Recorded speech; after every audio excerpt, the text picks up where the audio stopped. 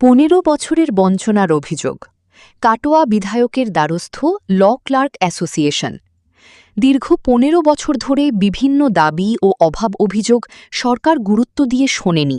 এই অভিযোগ তুলে কাটোয়ার বিধায়ক কৃষ্ণ ঘোষের দ্বারস্থ হলেন কাটোয়া ল ক্লার্ক অ্যাসোসিয়েশনের সদস্যরা।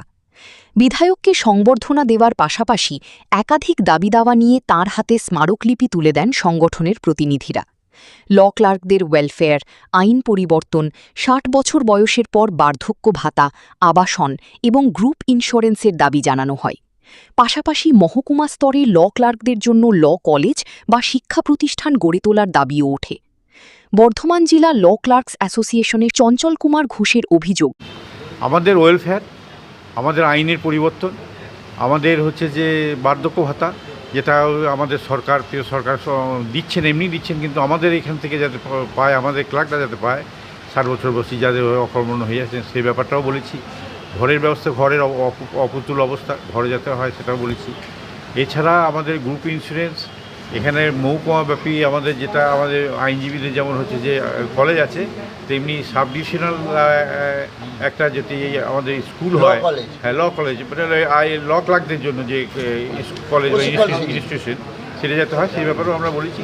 তো উনি সদার্থক আমাদের পাশে আছেন, পাশে থাকবেন, কিন্তু কিছু হয়নি। দুঃখের বিষয় আমরা 15 বছর ধরে বিগত সরকারের কাছে বহুবার গেছি, আমাদের প্রায় জুতো পায়ের তলা খসে গেছে, কিন্তু এই আশ্বাস দিয়ে হবে করে কিছু হয়নি।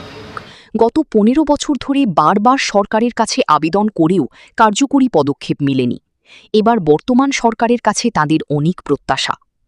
অন্যদিকে ল ক্লার্কদের দাবিগুলি বিধানসভায় তুলে ধরার আশ্বাস দিয়েছেন কাটোয়ার বিধায়ক কৃষ্ণ ঘোষ।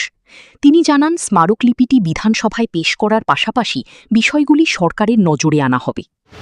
সবথেকে বড় হচ্ছে এখানে বিভিন্ন বিষয় আছে, প্রায় 60,000-এর ওপর সারা দেশে কাজ করছে। সেই সব মানুষ যারা সরকার থেকে যাতে তাদের ঠিকমতো সুযোগ সুবিধা কিছু আইনে পরিবর্তন করা হয়, সেটা আমার কর্তব্য আছে। একজন বিধায়ক হিসাবে আমি আমার এলাকায় যে বোর্ড, আমি সেখানে এসেছি, ল ক্লার্কের সমস্ত যারা কর্মচারী আছেন তাদের সঙ্গে সাক্ষাৎ করলাম, তাদের মতামত শুনলাম, একটা স্মারকলিপি দিয়েছে, সেটা আমি বিধানসভা অবশ্য প্রেস করব, যাতে আমার এলাকার সমস্যা সরকারের কাছে পৌঁছায়, সেটাও যাতে সুবিধা ওনাদের হয় সেটা দেখা। বিধায়কের এই আশ্বাসে দীর্ঘদিনের দাবিগুলি এবার বাস্তবায়িত হবে বলে আশাবাদী ল ক্লার্ক অ্যাসোসিয়েশনের সদস্যরা।